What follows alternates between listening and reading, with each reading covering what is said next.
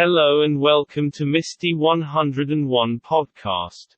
Ex-Chelsea and Man United boss Jose Mourinho appears to make dig at foreign ownership of his former clubs in first Roma interview. New Roma boss Jose Mourinho has appeared to take a swipe at the foreign ownership of his previous clubs, which include Chelsea and Manchester United, while claiming he is a much better coach than he was when he left Italy. The Portuguese joined the Serie A giants in May after being sacked by English Premier League Spurs and has finally touching down to started in the Italian capital for next season before the weekend. Speaking at length publicly with his new employers for the first time, the notoriously provocative coach touched on a number of hot topics with comments that may ruffle a few feathers. Since the first day, Mourinho answered, when asked if he had been excited to take over the reins at Roma. And I really mean it, since the first day. Since the first day I met the owners and general manager, Thiago Pinto, I had immediately this very positive feeling. And that means a lot to me. So that enthusiasm is based on, of course, the conversations we had, the ideas we exchanged, but also on something I value a lot, which is the human feelings. Empathy. Since day one, I have been looking forward to the real day one, which is the first day that I arrive in Rome. As he did at Manchester United, Mourinho will work with American billionaires at Roma in the form of club owners Ryan and Dan Friedkin, of the Friedkin Group. Pushed into elaborating on whether it had been human feelings that persuaded him to accept Roma's offer, Mourinho said that it was also ideas, information and questions and answers from both sides that were influential. I left our initial conversation with the feeling that this is not the Friedkins project, this is not a Jose Mourinho project, this is not a Thiago Pinto project, this is an AS Roma project. That was my feeling, and that is something that I was really impressed about. As you know, during my career I have had different experiences and I have worked with clubs in similar situations, with let's say a foreign ownership, and I was impressed by the fact that Mr. Friedkin and his son, Ryan, were always speaking about the Roma fans, he added, in what could be taken as a subtle nod to other past owners at his former clubs, such as the Glazers at Manchester United and Roman Abramovich at Chelsea. They were not speaking about themselves, they were not speaking about their project, they were speaking about the fans. On so many occasions, you feel that the owners speak about the clubs like their clubs, which, in reality, by one point of view is true, but I found them speaking about the club for the Romanisti, and it is for them that we want to make it. And that was very, very important for me because, of course, I know the reality. After his car mobbed on arrival in a hero's welcome, Mourinho said, I know the fans, I know the passion, and, since day one, I felt the project is, if you feel it as a project of, I am going to arrive tomorrow and win the day after tomorrow, then that is not a project. But this is a project where the owners want to leave a legacy, they want to do something important for the club in a very sustainable way. Creating the basis for success. Hopefully that success arrives with me, because the contract is a 3-year contract, or the first contract is, and maybe there will be a second one day. So I hope that the results of our work will come during my time. I really want that to happen. But let's go step by step. I am very happy to belong to this project, which, I repeat, is not anyone's project, but is the AS Roma project. After rising to prominence at Porto, Mourinho's next big job after Chelsea was at Roma's rivals, Inter Milan, where he won a first-ever Italian treble including the Champions League. Despite his struggles of the last few years, including doomed short stints at United and Tottenham, suggesting otherwise, Mourinho boldly claimed that he is a much better manager than that success-soaked period at the turn of the 2010s. I am serious, Mourinho stressed. I am much better now, because I think this is a job where experience means a lot. Experience, it looks like everything becomes déjà vu because you go through so many experiences. Since I left Italy, I went to Real Madrid, which was an incredible experience, and I reached my dream of winning in Italy, England and Spain. Then back to England, which is my family base, and where I wanted to return. You know, I have even had the extreme experience of taking a team to a final and not playing the final, which is something that I thought would never happen in my career. And it happened, he highlighted, of being dismissed by Spurs before they lost last season's League Cup final to Manchester City. So, with so many experiences, and learning in the good moments and the bad moments, I am much more prepared now than I was. It is the kind of job where you can only get better until the day where you lose your motivation. That is the only thing that can make a football coach decide to stop, or to stop learning. That is not my case, very far from it. I am still learning every day, so I think I am much better. It is one thing to come to a country for the first time and you arrive at level 0 and you have everything to learn about it. In my case, that's not the case.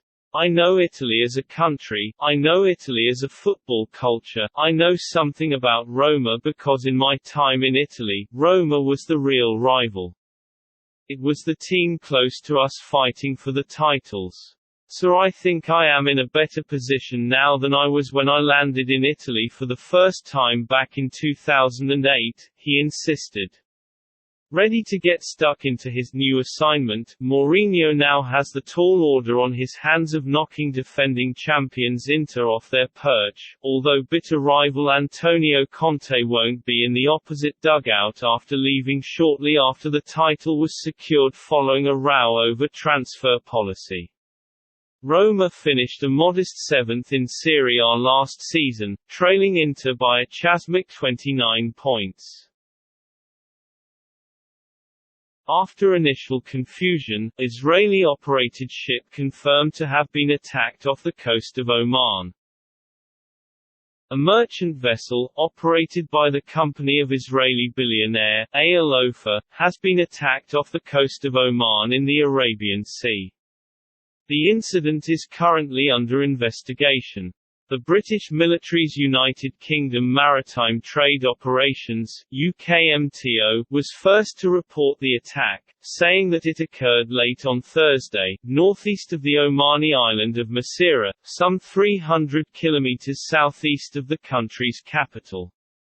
In a brief statement, UKMTO added that it was looking into the details of the incident, only saying that it wasn't related to piracy. According to AP, the UK Ministry of Defence then announced that the affected vessel was Israeli-owned, but didn't reveal its name or any further details. London-based Zodiac Management, which is part of the Zodiac Group of Israeli shipping and real estate tycoon Eyal Ofer, later confirmed that one of its ships, product tanker Mercer Street, has been attacked off the coast of Oman. However, the company clarified that it didn't own the vessel, but only operated it. Mercer Street had been traveling under the Liberian flag and has a Japanese owner, it added. Zodiac Management said that it was also investigating the incident, while keeping in touch with UKMTO and other relevant agencies. Neither Israeli nor Omani authorities have yet officially commented on the attack. The U.S. Navy's Fifth Fleet, which carries out patrol missions in the Middle Eastern waters, didn't immediately respond to a request for comment when approached by AP.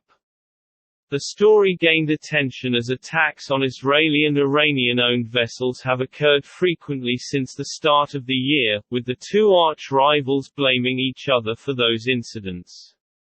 Israeli media have described it as «shadow war» between the countries. In early July, a merchant ship, which used to be under Israeli ownership, caught fire after being hit by an unknown weapon in the northern Indian Ocean. A month earlier, the Iranian training and logistics vessel, Iris Karg, the largest in country's navy, sank in the Gulf of Oman as a result of major blaze aboard. More such incidents happened this year, but in all of these the affected vessels avoided serious damage and could resume operations after repairs.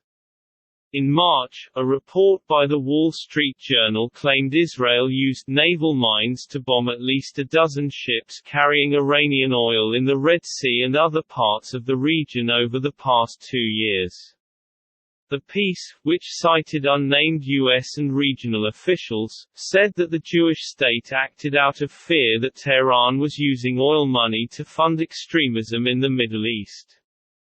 Israel blames Iran for attack on tanker off Oman that killed 2. A Briton and a Romanian were killed when an Israeli-managed petroleum product tanker came under attack on Thursday off the coast of Oman, the company said on Friday, in an incident that Israel's foreign minister blamed on Iran and said deserved a harsh response. There were varying explanations for what happened to the Mercer Street, a Liberian-flagged, Japanese-owned ship, with Israeli-owned Zodiac Maritime describing the incident as suspected piracy, and a source at the Oman Maritime Security Center as an accident that occurred outside Omani territorial waters. Iran and Israel have traded accusations of attacking each other's vessels in recent months, and Israeli Foreign Minister Yair Lapid said he had told Britain's Foreign Secretary of the need for a tough response to the incident in which 2 crew members, one British and the other Romanian, were killed. Iran is not just an Israeli problem, but an exporter of terrorism, destruction and instability that harms us all. The world must not be silent in the face of Iranian terrorism that also harms freedom of shipping, Lapid said in a statement. US and European sources familiar with intelligence reporting said Iran was their leading suspect for the incident, which a US defense official said appeared to have been carried out by a drone, but stressed the governments were seeking conclusive evidence. Al-Alam TV, the Iranian government's Arabic-language television network, cited unnamed sources as saying the attack on the ship came in response to a suspected, unspecified Israeli attack on Dabar airport in Syria. There was no immediate official reaction from Iran to the accusation that it may have been responsible. Israeli news website Enet said the assessment in Israel was that there were 2 attacks on the ship, spaced several hours apart. The first caused no damage, and the second hit the bridge, causing the casualties. It quoted an unnamed Israeli official as saying, "Israel will find it hard to turn a blind eye to the attack." Tensions have risen in the Gulf region since the United States reimposed sanctions on Iran in 2018 after then-President Donald Trump withdrew Washington from Tehran's 2015 nuclear deal with major powers. The United States regards the possibility of Iran obtaining nuclear arms, an ambition Tehran denies, as a direct threat to its ally Israel. The United Kingdom Maritime Trade Operations (UKMTO), which provides maritime security information, said the attack was not piracy. The vessel was about 152 nautical miles (280 kilometers) northeast of the Omani port of Duqm when it was attacked, it said. London-based Zodiac Maritime, which is controlled by Israeli magnate Eyal Ofer, whose father Sami was Israel's most famous shipowner, said the ship was sailing under the control of its crew and own power to a safe location with a U.S. naval escort. According to Refinitiv ship tracking, the medium-sized tanker was headed for Fujairah, a bunkering port and oil terminal in the United Arab Emirates, from Dar es Salaam in Tanzania. The British government is under pressure to show it is serious about standing up to Iran over the death of a British crew member during the drone attack on the Israeli-managed MV Mercer Street last week. General Sir Nick Carter, the Chief of the Defence Staff, told the BBC on Wednesday morning that, "We've got to restore deterrence. But if anyone is banging the drums of war, they can stop now.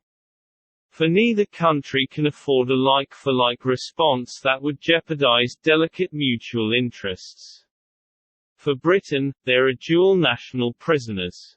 British diplomats appear to feel a deal to release of Nazanin Zaghari Ratcliffe, Anousha Ashouri, and Morad Tarbaz is closer than ever.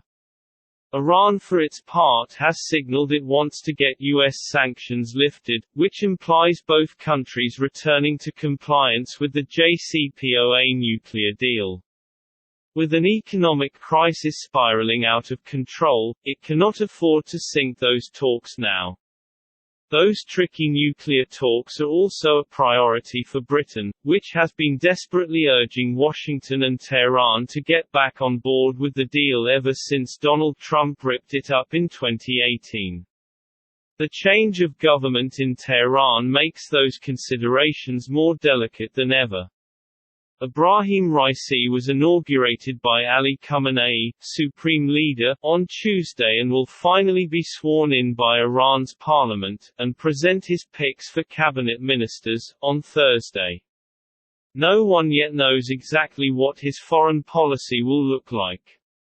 Was the fatal attack on the MV Mercer Street a sign of a more maximalist and confrontational foreign policy for the coming 4 years, or just an unfortunate miscalculation? That's a question British ministers and diplomats will want a clear answer to before they take any action that could unnecessarily poison relations with the new president. So what options does that leave? On Wednesday morning, Dominic Raab, the Foreign Secretary, announced that Britain, Romania, and Liberia had sent a letter to the chairman of the United Nations Security Council. The UK will raise the issue at a UNSC session on Friday. That is a significant step up from tough rhetoric or sternly worded statements of concern. But it is well short of a kinetic response. Even a high-level cyber attack, which would clearly be attributable to the UK, is unlikely, said Anna Satabritsi, a senior research fellow at the Royal United Services Institute. There is going to be a very delicate and very difficult balance between being tough and singling out those responsible but also keeping the door open to ensure that if there is an opportunity to address all the issues, this is going to happen, so that it is not the UK that shuts the door to the possibility of dialogue and compromise, and resolution of questions from the nuclear issue to the prisoners, she said. That would be consistent with the UK response to similar incidents. When Iran seized the Stena Impero, a British-flagged tanker in 2019, Britain was vocally critical but allowed the case to be resolved diplomatically. When a British soldier was killed in a rocket attack on a US base in Iraq by an Iranian-backed militia in March 2020, the UK was content to voice support for a retaliatory US airstrike on the group's arms stores, but took no direct action against Iran of its own. And when Russia killed one woman and nearly fatally poisoned 3 others in the Salisbury-Novichok attack in 2018, Britain rallied its allies and got 153 Russian diplomats and suspected spies kicked out of capitals around the world. But it did not resort to a revenge chemical murder. Much is still unclear about both the attack on the MV Mercer Street. But the most likely explanation is that it was latest blow in an Israeli-Iranian shadow war of non-attributable attacks, including on shipping, that has intensified in the past 6 months. The deaths of British and Romanian crew members were probably unintentional, although that does not excuse the recklessness of firing drones at the living quarters of a civilian ship. Britain and Romania will seek to extract a high diplomatic price for such recklessness, one punishing enough to make Mr. Raisi's government think again about launching similar attacks. For all the reasons listed above, British officials will be allergic to getting involved in a shadow war of their own. This is Misty101.com podcast.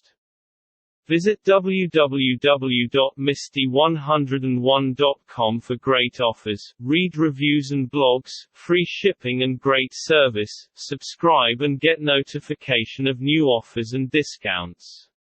Now back to our story. Returning to his tent, walking along in the silence, the boy had no regrets. If he died tomorrow, it would be because God was not willing to change the future. He would at least have died after crossing the strait, after having worked in a crystal shop, and after having known the silence of the desert and Fatima's eyes. Suddenly he heard a thundering sound, and he was thrown to the ground by a wind such as he had never known. The area was swirling in dust so intense that it hid the moon from view. Before him was an enormous white horse, rearing over him with a frightening scream. When the blinding dust had settled a bit, the boy trembled at what he saw. Astride the animal was a horseman dressed completely in black, with a falcon perched on his left shoulder. He wore a turban, and his entire face, except for his eyes, was covered with a black kerchief. The strange horseman drew an enormous curved sword from a scabbard mounted on his saddle. The steel of its blade glittered in the light of the moon. "Who dares to read the meaning of the flight of the hawks?" he demanded so loudly that his words seemed to echo through the 50,000 palm trees of Al-Fayoum. "It is I who dare to do so," said the boy, and he lowered his head to receive a blow from the sword. "Many lives will be saved because I was able to see through to the soul of the world." The sword didn't fall. Instead, the stranger lowered it slowly until the point touched the boy's forehead. It drew a droplet of blood. "Why did you read the flight of the birds?" the stranger asked more quietly. "I read only what the birds wanted to tell me. They wanted to save the oasis." The stranger withdrew the sword from the boy's forehead, and the boy felt immensely relieved. "Be careful with your prognostications," said the stranger. "When something is written, there is no way to change it." "All I saw was an army," said the boy. "I didn't see the outcome of the battle." The stranger seemed satisfied with the answer, but he kept the sword in his hand. "What is a stranger doing in this strange land?" "I'm following my destiny. It's not something you would understand." The stranger placed his sword in its scabbard, and the boy relaxed. "I had to test your courage," the stranger said. "Courage is the quality most essential to understanding the language of the world. You must not let up, even after having come so far. You must love the desert, but never trust it completely. Because the desert tests all men. It challenges every step and kills those who become distracted." What he said reminded the boy of the old king. "If the warriors come here, and your head is still on your shoulders at sunset, come and find me," said the stranger. The same hand that had brandished the sword now held a whip. The horse reared again, raising a cloud of dust. "Where do you live?" shouted the boy as the horseman rode away. The hand with the whip pointed to the south. The boy had met the alchemist. Next morning, there were 2,000 armed men scattered throughout the palm trees at Al-Fayoum. Before the sun had reached its high point, 500 tribesmen appeared on the horizon. The mounted troops entered the oasis from the north. It appeared to be a peaceful expedition, but they all carried arms hidden in their robes. When they reached the white tent at the center of Al-Fayoum, they withdrew their scimitars and rifles, and they attacked an empty tent. The men of the oasis surrounded the horsemen from the desert, and within half an hour all but one of the intruders were dead. The tribesman spared was the commander of the battalion. That afternoon he was brought before the tribal chieftains, who asked him why he had violated the tradition. The commander said that his men had been starving and thirsty, exhausted from many days of battle, and had decided to take the oasis so as to be able to return to the war. The tribal chieftain said that he felt sorry for the tribesmen, but that the tradition was sacred. He condemned the commander to death without honor. Rather than being killed by a blade or a bullet, he was hanged from a palm tree, where his body twisted in the desert wind. The tribal chieftain called for the boy and presented him with 50 pieces of gold. He asked the boy to become the counselor of the oasis. When the sun had set and the first stars made their appearance, the boy started to walk to the south. He eventually sighted a single tent, and a group of Arabs passing by told the boy that it was a place inhabited by genies. But the boy sat down and waited. Not until the moon was high did the alchemist ride into view. Dismounting from his horse, he signaled that the boy should enter the tent with him. It was a tent like many at the oasis. The boy looked around for the ovens and other apparatus used in alchemy, but saw none. There were only some books in a pile, a small cooking stove, and carpets covered with mysterious designs. "Why did you want to see me?" the boy asked. "Because of the omens," the alchemist answered. "The wind told me you would be coming, and that you would need help." "It's not I the wind spoke about.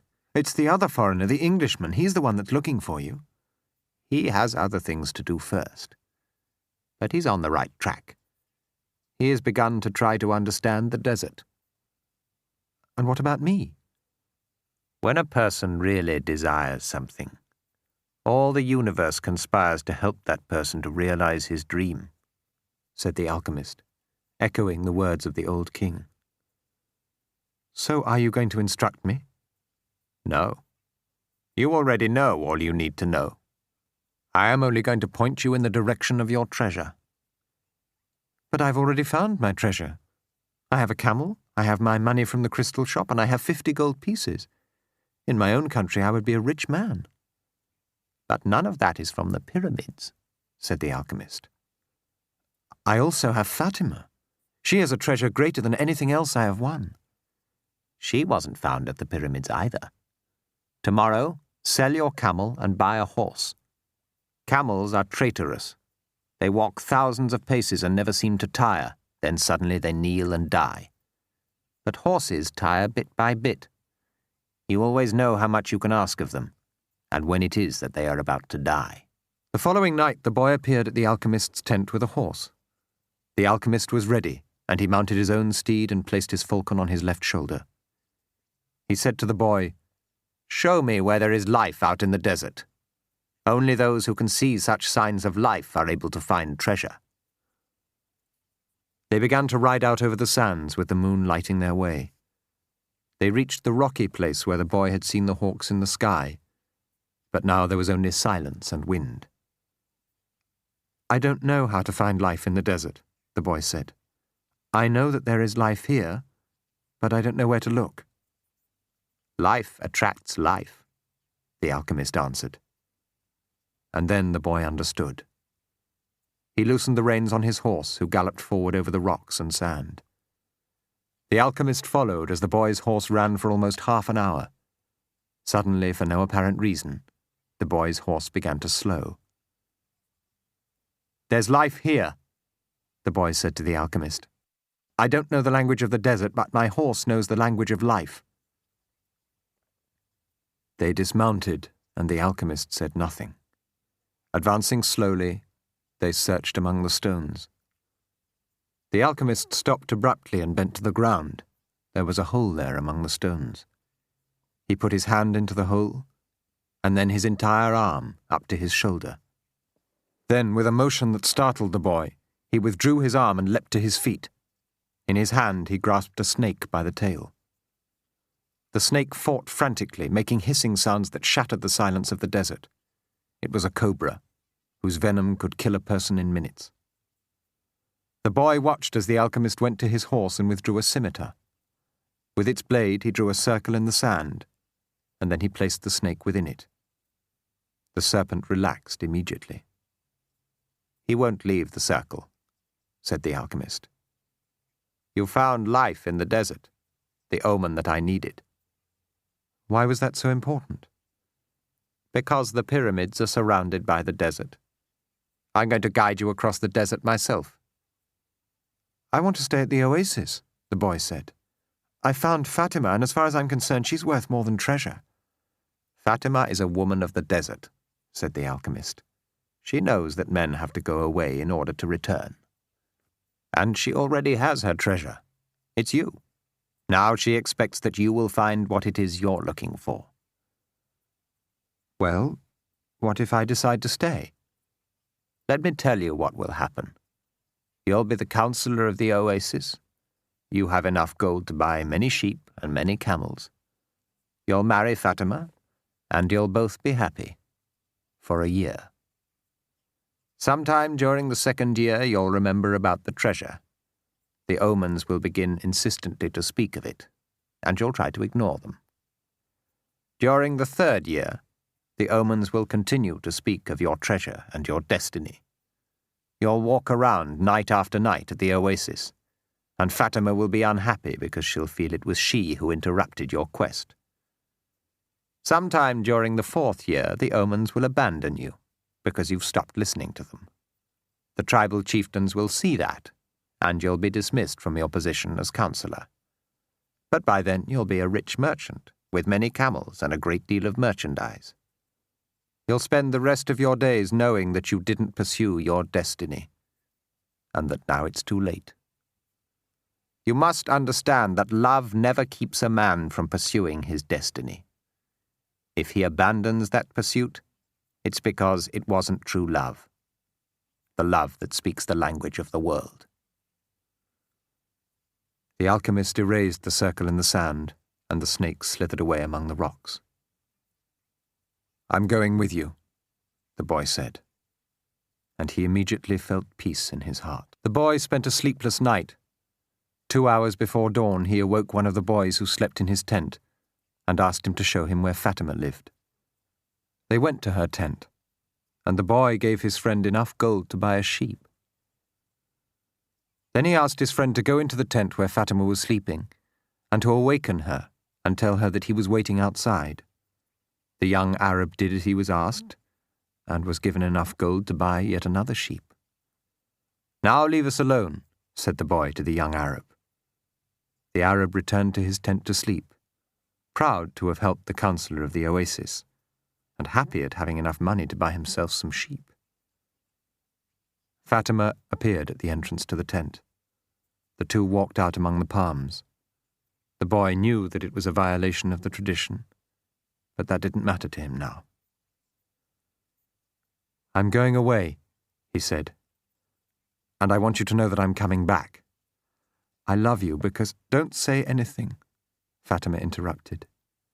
"One is loved because one is loved. No reason is needed for loving." But the boy continued. "I had a dream, and I met with a king. I sold crystal and crossed the desert. And because the tribes declared war, I sought the alchemist. So, I love you because the entire universe conspired to help me find you." The two embraced. It was the first time either had touched the other. "I'll be back," the boy said. "Before this, I had always looked to the desert with longing," said Fatima. "Now it will be with hope. My father went away one day, but he returned to my mother, and he has always come back since then." They said nothing else. They walked a bit farther among the palms, and then the boy left her at the entrance to her tent. "I'll return, just as your father came back to your mother," he said. He saw that Fatima's eyes were filled with tears. "You're crying." "I'm a woman of the desert," she said, averting her face. "But above all, I'm a woman." From that day on, Fatima would look to the desert every day and would try to guess which star the boy was following in search of his treasure. She would have to send her kisses on the wind, hoping that the wind would touch the boy's face, and would tell him she was alive, that she was waiting for him, a woman awaiting a courageous man in search of his treasure. The alchemist and the boy began to ride across the sands of the desert. The alchemist rode in front with the falcon on his shoulder. The bird knew the language of the desert well, and whenever they stopped, he flew off in search of game. On the first day he returned with a rabbit, and on the second with 2 birds. At night they spread their sleeping gear and kept their fires hidden. The desert nights were cold, and were becoming darker and darker as the phases of the moon passed. They went on for a week, speaking only of the precautions they needed to follow in order to avoid the battles between the tribes. The war continued, and at times the wind carried the sweet, sickly smell of blood. Battles had been fought nearby, and the wind reminded the boy that there was the language of omens, always ready to show him what his eyes had failed to observe. On the 7th day, the alchemist decided to make camp earlier than usual. The falcon flew off to find game, and the alchemist offered his water container to the boy. "You are almost at the end of your journey," said the alchemist. "I congratulate you for having pursued your destiny." "And you've told me nothing along the way," said the boy. "I thought you were going to teach me some of the things you know. A while ago I rode through the desert with a man who had books on alchemy, but I wasn't able to learn anything from them." "There is only one way to learn," the alchemist answered. "Through action. Everything you need to know you have learned through your journey. You need to learn only one thing more." The boy wanted to know what this was, but the alchemist was searching the horizon looking for his falcon. "Why are you called the alchemist?" the boy asked. "Because that's what I am." "And what went wrong when other alchemists tried to make gold and were unable to do so?" "They were looking only for gold," his companion answered. "They were seeking the treasure of their destiny without wanting actually to live out that destiny." "What is it that I still need to know?" the boy asked. But the alchemist continued to look to the horizon. After several seconds, he said, "Listen to your heart.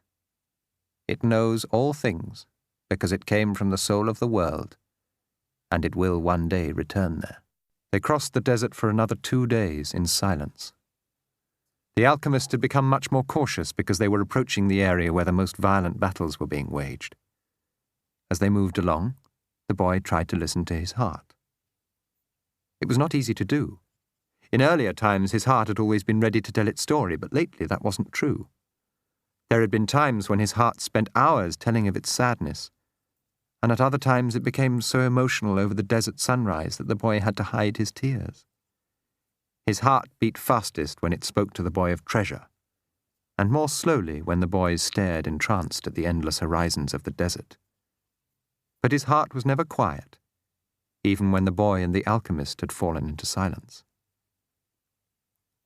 "Why do we have to listen to our hearts?" the boy asked when they had made camp that day. "Because wherever your heart is, that is where you'll find your treasure." "But my heart is agitated," the boy said. "It has its dreams, it gets emotional, and it's become passionate over a woman of the desert. It asks things of me, and it keeps me from sleeping many nights when I'm thinking about her." "Well, that's good. Your heart is alive. Keep listening to what it has to say." During the next 3 days, the 2 travelers passed by a number of armed tribesmen and saw others on the horizon. The boy's heart began to speak of fear. It told him stories it had heard from the soul of the world, stories of men who sought to find their treasure and never succeeded. Sometimes it frightened the boy with the idea that he might not find his treasure, or that he might die there in the desert. At other times it told the boy that it was satisfied. It had found love and riches. "My heart is a traitor," the boy said to the alchemist when they had paused to rest the horses. "It doesn't want me to go on." "That makes sense," the alchemist answered. "Naturally, it's afraid that in pursuing your dream you might lose everything you've won." "Well, then, why should I listen to my heart?" because you will never again be able to keep it quiet. Even if you pretend not to have heard what it tells you, it will always be there inside you, repeating to you what you're thinking about life and about the world. The boy continued to listen to his heart as they crossed the desert. He came to understand its dodges and tricks, and to accept it as it was. He lost his fear, and forgot about his need to go back to the oasis because one afternoon his heart told him that it was happy. Even though I complain sometimes, it said, it's because I'm the heart of a person, and people's hearts are that way. People are afraid to pursue their most important dreams because they feel that they don't deserve them, or that they'll be unable to achieve them. We, their hearts, become fearful just thinking of loved ones who go away forever, or of moments that could have been good but weren't, or of treasures that might have been found but were forever hidden in the sands. Because when these things happen, we suffer terribly. My heart is afraid that it will have to suffer, the boy told the alchemist one night as they looked up at the moonless sky. Tell your heart that the fear of suffering is worse than the suffering itself, and that no heart has ever suffered when it goes in search of its dreams, because every second of the search is a second's encounter with God and with eternity. Every second of the search is an encounter with God, the boy told his heart. When I have been truly searching for my treasure, every day has been luminous, because I've known that every hour was a part of the dream that I should find it. When I have been truly searching for my treasure, I've discovered things along the way that I never would have seen had I not had the courage to try things that seemed impossible for a shepherd to achieve. So his heart was quiet for an entire afternoon. That night the boy slept deeply, and when he awoke, his heart began to tell him things that came from the soul of the world. It said that all people who are happy have God within them, and that happiness could be found in a grain of sand from the desert, because a grain of sand is a moment of creation, and the universe has taken millions of years to create it. Everyone on earth has a treasure that awaits him, his heart said. We, the people's hearts, seldom say much about these treasures because people no longer want to go in search of them. We speak of them only to children. Later, we simply let life proceed in its own direction, towards its own fate. But unfortunately, very few follow the path laid out for them, the path to their destinies and to happiness. Most people see the world as a threatening place, and because they do, the world turns out indeed to be a threatening place. So we, their hearts, speak more and more softly. We never stop speaking out, but we begin to hope that our words won't be heard. We don't want people to suffer because they don't follow their hearts. Why don't people's hearts tell them to continue to follow their dreams? The boy asked the alchemist. Because that's what makes a heart suffer most, and hearts don't like to suffer. From then on, the boy understood his heart. He asked it please never to stop speaking to him. He asked that when he wandered far from his dreams, his heart press him and sound the alarm. The boy swore that every time he heard the alarm, he would heed its message. That night he told all of this to the alchemist. And the alchemist understood that the boy's heart had returned to the soul of the world. So what should I do now? The boy asked. Continue in the direction of the pyramids, said the alchemist, and continue to pay heed to the omens. Your heart is still capable of showing you where the treasure is. Is that the one thing I still needed to know? No, the alchemist answered. What you still need to know is this. Before a dream is realized, the soul of the world tests everything that was learned along the way. It does this not because it is evil, but so that we can, in addition to realizing our dreams, master the lessons we've learned as we've moved towards that dream. That's the point at which most people give up. It's the point at which, as we say in the language of the desert, one dies of thirst just when the palm trees have appeared on the horizon. Every search begins with beginner's luck, and every search ends with the victor being severely tested. The boy remembered an old proverb from his country. It said that the darkest hour of the night came just before the dawn. On the following day, the first clear sign of danger appeared. 3 armed tribesmen approached and asked what the boy and the alchemist were doing there. "I'm hunting with my falcon," the alchemist answered. "We're going to have to search you to see whether you're armed," one of the tribesmen said. The alchemist dismounted slowly, and the boy did the same.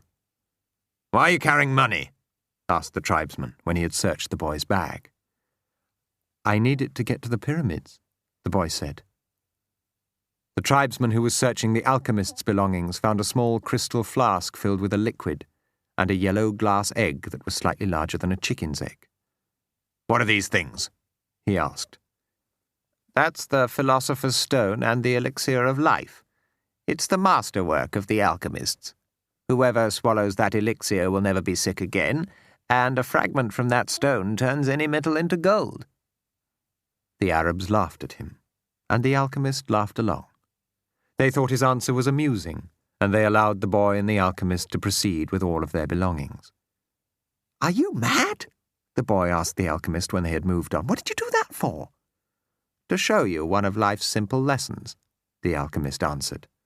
"When you possess great treasures within you, and try to tell others of them, seldom are you believed." They continued across the desert. With every day that passed, the boy's heart became more and more silent. It no longer wanted to know about the things of the past or future. It was content simply to contemplate the desert and to drink with the boy from the soul of the world. The boy and his heart had become friends, and neither was capable now of betraying the other. One afternoon they passed by the encampment of one of the tribes. At each corner of the camp were Arabs dressed in beautiful white robes with arms at the ready. The men were smoking their hookahs and trading stories from the battlefield. No one paid any attention to the 2 travelers. "There's no danger," the boy said when they had moved on past the encampment. The alchemist sounded angry. "Trust in your heart, but never forget that you're in the desert. When men are at war with one another, the soul of the world can hear the screams of battle. No one fails to suffer the consequences of everything under the sun." All things are one, the boy thought. And then, as if the desert wanted to demonstrate that the alchemist was right, 2 horsemen appeared from behind the travellers. "You can't go any further," one of them said. "You're in the area where the tribes are at war." "I'm not going very far," the alchemist answered, looking straight into the eyes of the horsemen. They were silent for a moment, and then agreed that the boy and the alchemist could move along. The boy watched the exchange with fascination. "You dominated those horsemen with the way you looked at them," he said. "Your eyes show the strength of your soul," answered the alchemist. That's true, the boy thought. He had noticed that in the midst of the multitude of armed men back at the encampment, there had been one who stared fixedly at the 2. He had been so far away that his face wasn't even visible.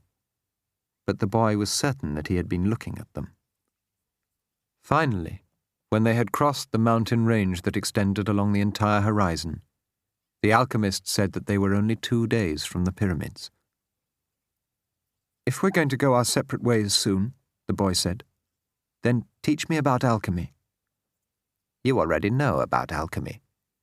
It's about penetrating to the soul of the world and discovering the treasure that has been reserved for you." "No, that's not what I mean. I'm talking about transforming lead into gold."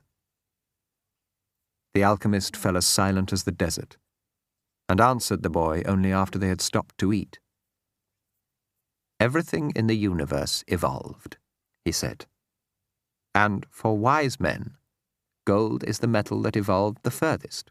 Don't ask me why. I don't know why. I just know that the tradition is always right. Men have never understood the words of the wise. So gold, instead of being seen as a symbol of evolution, became the basis for conflict. Those who were interested only in gold forgot that lead, copper, and iron have their own destinies to fulfill. And anyone who interferes with the destiny of another thing never will discover his own." We are asking for your support. You can make your donations on our website www.misty101.com on podcast page. We hope that you have enjoyed the show. We thank you for being with us and your support. Goodbye till next time.